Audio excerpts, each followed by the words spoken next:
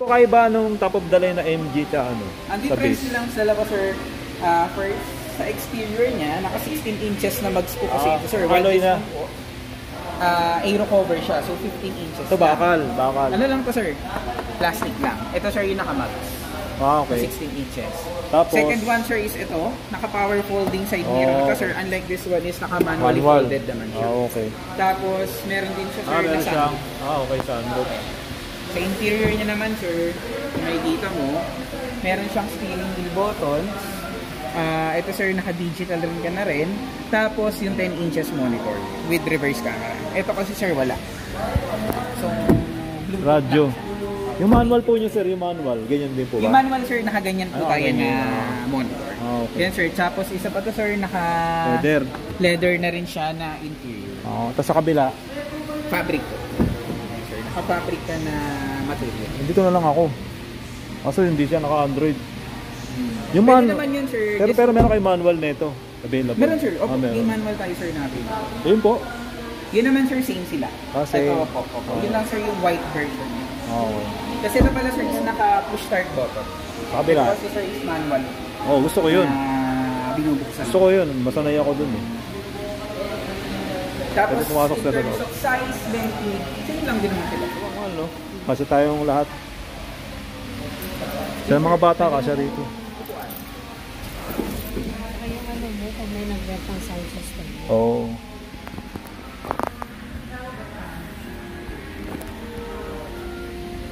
$15K ito eh.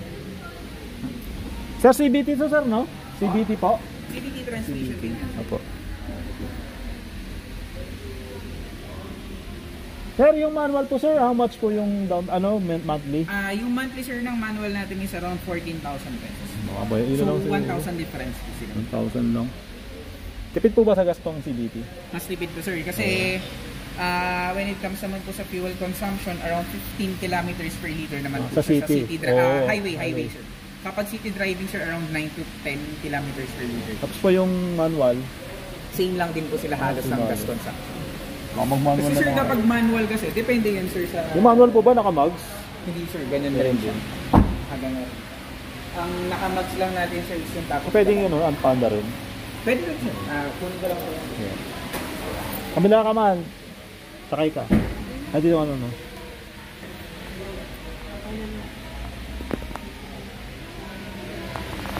Gusto ko ito eh. Gusto ko ito malaki. Manual na ito. Yung manual. Hindi. Automatic. Ay, automatic pala siya. Automatic. Mas gusto ko manual. Ay, automatic.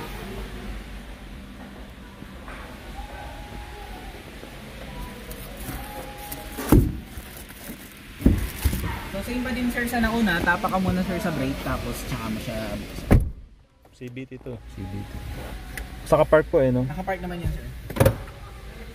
Buksan ko muna. Yan. Nakabukas yung ano niya. Buksan ko na. Sige sir.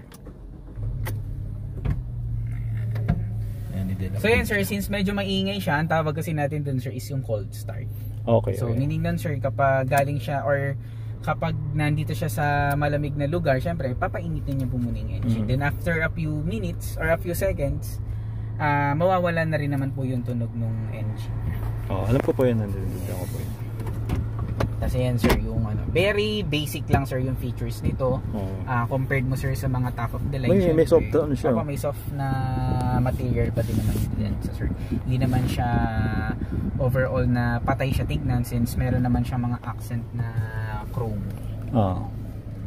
Then sa aircon yan sir, same lang din naman sila sir ng lamig. Ganda rin yung MG no? Hindi palang di China eh.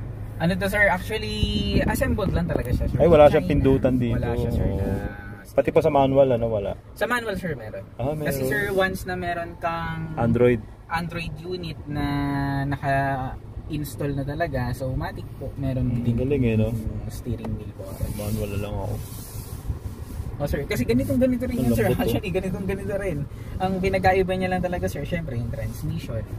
Tapos yung monitor niya po, kasi yun may monitor siya and then reverse camera. Ganda Pero ito sir, just na mga consider mo lang, pwede mo siya sir palagyan ng monitor. Tapos kung ano sir yung makikita mo dito, Yun din yung makikita mo. Sa manual. Ito lang yung kaibahan. Yan lang sir yung pinagkaiba tapos transmission. Then the Transmission. rest, the same lang sila. Paano po yung mga ano nito sir? PSI, mga clutch, brake? Ayun sir, available naman yun sir dito sa dealer. And if, syempre sir, hanggang 5 years lang ang warranty sa dealer. Opo. So kung maghahanap ka sir sa labas, madami na tayong available nun sir. Lalo na ngayon sir. Ngayon pa nga lang sir, madami na siyang available. What more pa after 5 years? So mas madami siya. Since si MG5 din kasi sir is nag-top selling sedan din siya last year. So kapantay na sir sila Honda City, Mirage G4, Toyota Vios. Tsaka mas mura kasi siya sir compared dun sa mga nabanggit ko na variants ng other dealer. Meron din siyang ano. Kaya sir, di ba? Comfortable yung ano mo sa kanya, yung hita mo, yung riding style, yung riding comfort. Hindi siya sir sumasagi. Then pwede mo to sir i-adjust kung medyo mababa sa'yo. Yeah. Adjustable yan sir. Then syempre, ang steering wheel natin sir is naka-electronically yan. Electronic power steering wheel po. Opo. Hindi na po siya naka-power steering wheel. Yun lang sir, wala siyang aircon fan. Pero pag naka-electronic parking brake ka sir, yun po yung may aircon fan.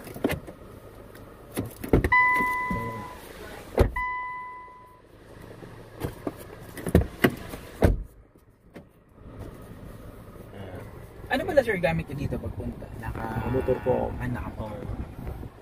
Yes sir, sakto may try to invest naman sir some things for your convenience. Siyempre, para din sir sa